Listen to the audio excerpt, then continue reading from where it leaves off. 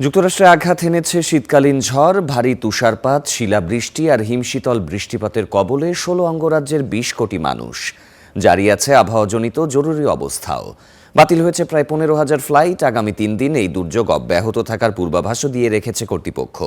তীব্র ঠান্ডায় নিউ ইয়র্কে মারা গেছেন ৩ গৃহহীন বাসিন্দা।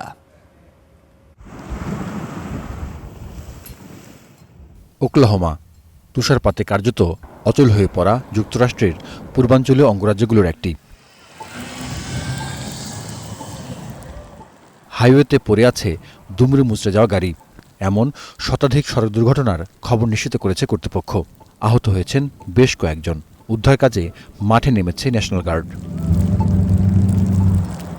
কর্তৃপক্ষ বলছে দৃষ্টিসীমা নেমে গেছে বিপজ্জনক পর্যায়ে। পিচ্ছিল সড়কে তাই নিয়ন্ত্রণ হারাচ্ছে যানবাহন। আর্কটিক বায়ুবাহী তুষার ঝড় দক্ষিণ রকিস থেকে পূর্ব উপকূল বরাবর যুক্তরাষ্ট্রের উপর দিয়ে বয়ে যাচ্ছে। দীর্ঘমেয়াদী শীতকালীন ঝড়ের আগাম সতর্কতা থাকলেও এড়ানো যাচ্ছে না ক্ষয়ক্ষতি। নিউ ইয়র্ক সিটিতে ঠান্ডায় মারা গেছেন এক নারীসহ বেশ কয়েকজন। তারা প্রত্যেকেই গৃহহীন উদ্বাস্তু বলে ধারণা পুলিশের। ব্রুকলিন ও ম্যানহাটনের পৃথক জায়গা থেকে উদ্ধার করা হয়েছে কয়েকজনের মরদেহ। নিউ ইয়র্ক সিটির মেয়রের দায়িত্ব নেওয়ার পর এটাই জোহরান মামদানির সামনে প্রথম বড় প্রাকৃতিক দুর্যোগ। সমাজসেবা বিভাগের মাধ্যমে গৃহহীনদের আশ্রয় নিশ্চিত করার ঘোষণা দিয়ে রেখেছিলেন ঝড়ের তীব্রতা বাড়ার আগেই। ভরসা পেতে নিজেকে হতে হয় পাতের মতো দৃঢ়, ঠিক যেমনটা জেরুসালেম।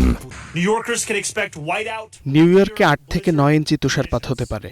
ঝড়ের সাথে সাথে বাড়ছে ঠান্ডাও, যা আগামী সপ্তাহ পর্যন্ত স্থায়ী হবে। কিন্তু যাই ঘটুক, নিউ ইয়র্ক পরিস্থিতি মোকাবেলার জন্য প্রস্তুত। প্রতিটি সংস্থা একে অপরের সাথে তাল মিলিয়ে কাজ করছে। উত্তর পশ্চিমের টেক্সাসও ডুবে গেছে বরফে। উপড়ে গেছে বহু গাছ, ক্ষতিগ্রস্ত বিদ্যুতের লাইন, ফাঁকা রাস্তাঘাট। হাতে গোনা যে কয়েকটি দোকান খুলেছে তাতেও নেই ক্রেতা। আরও কিছুক্ষণ অপেক্ষা করব। যদি ক্রেতা না পাই, শুধু শুধু বসে থাকার মানে হয় না। ভাবছি দোকান বন্ধ করে দেব। এদিকে শীতের দাপটে বরফের পাটাতনে রূপান্তরিত হয়েছে শিকাগোর হ্রদ, যাকে ডাকা হচ্ছে প্যানকেক আইস। বৈরী আবহাওয়ার মধ্যেও আনন্দ বেছে নেয় শিশুরা, যেমন টেনেসির ন্যাশভিলের এই ফেয়ারভিউর আবাসিক এলাকা। বড়রা যখন তুষার সরাচ্ছেন, শিশুরা মেতেছে আনন্দে। Zahidur Rahman, star news.